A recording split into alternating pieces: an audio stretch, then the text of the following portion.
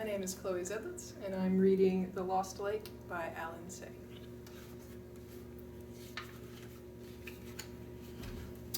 I went to live with Dad last summer. Every day he worked in his room from morning to night, sometimes on weekends too. Dad wasn't much of a talker, but when he was busy, he didn't talk at all. I didn't know anybody in the city, so I stayed home most of the time.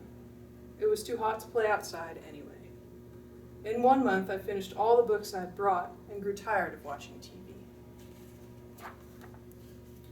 One morning, I started cutting pictures out of old magazines just to be doing something.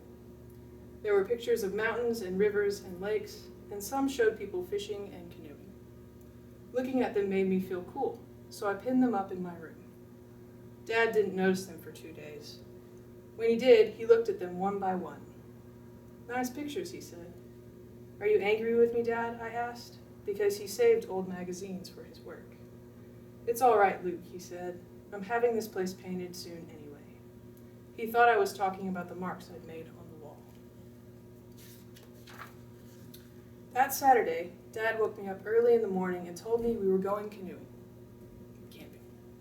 I was wide awake in a second. He gave me a pair of brand new hiking boots to try out.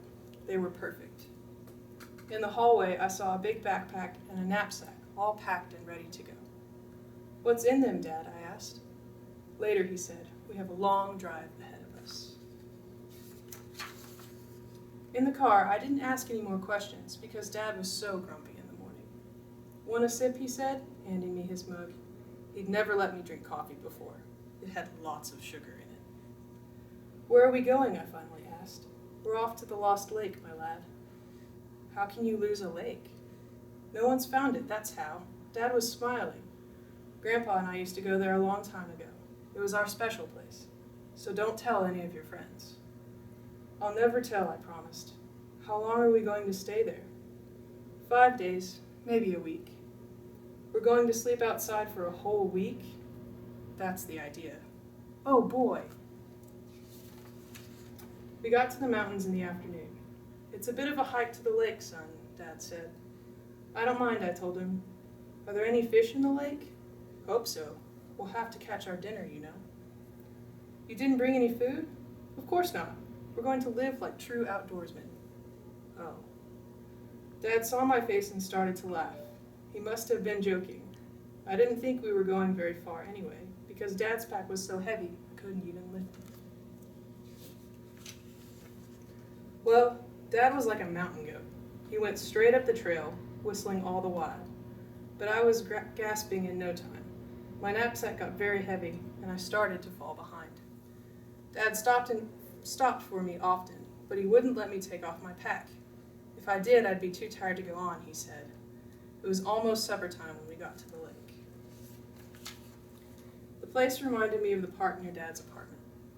He wasn't whistling or humming anymore. "Welcome to the found lake," he muttered from the side of his mouth. "What's wrong, Dad?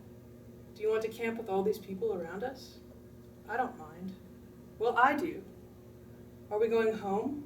"Of course not." He didn't even take off his pack. He just turned and started to walk away. Soon the lake was far out of sight. Then it started to rain. Dad gave me a poncho and it kept me dry. But I wondered where we were going to sleep that night. I wondered what we were going to do for dinner. I wasn't sure about camping anymore.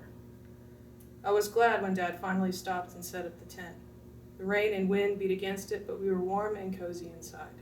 And Dad had brought food. For dinner, we had salami and dried apricots. "I'm sorry about the lake, Dad," I said. He shook his head. "You know something, Luke? There aren't any secret places left in the world anymore."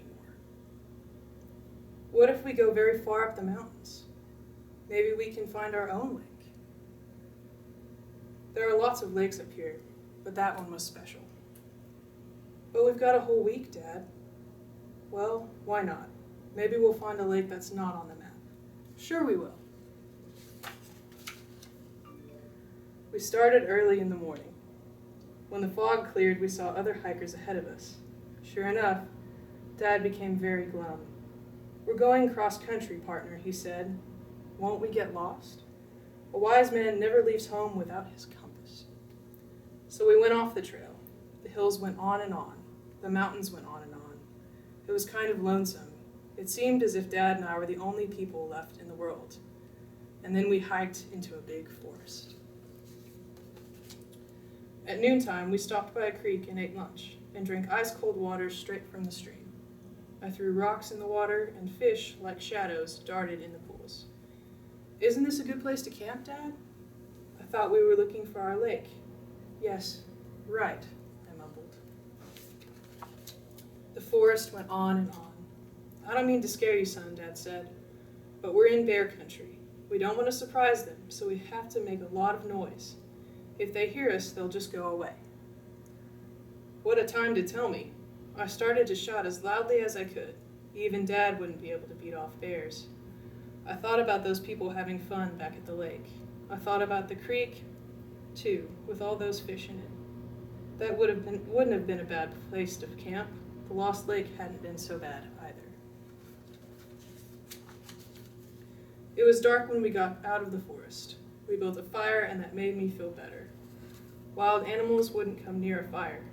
Dad cooked beef stroganoff, and it was delicious. Later, it was bedtime. The sleeping bag felt wonderful. Dad and I started to count the shooting stars, then I worried that maybe we weren't going to find our lake. "What are you thinking about, Luke?" Dad asked. "I didn't know you could cook like that," I said. Dad laughed. "That was only freeze-dried stuff. When we get home, I'll cook you something really special." "You know something, Dad? You seem like a different person up here." "Better or worse?" "A lot better." "How so?" "You talk more." "I'll have to talk more often then."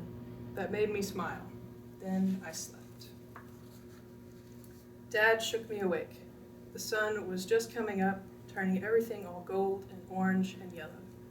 And there was the lake, right in front of us. For a long time, we watched the light change on the water, getting brighter and brighter. Dad didn't say a word the whole time. But then I didn't have anything to say either. After breakfast, we climbed a mountain and saw our lake below us. There wasn't a sign of people anywhere. It really seemed as if Dad and I were all alone in the world. I liked it just fine.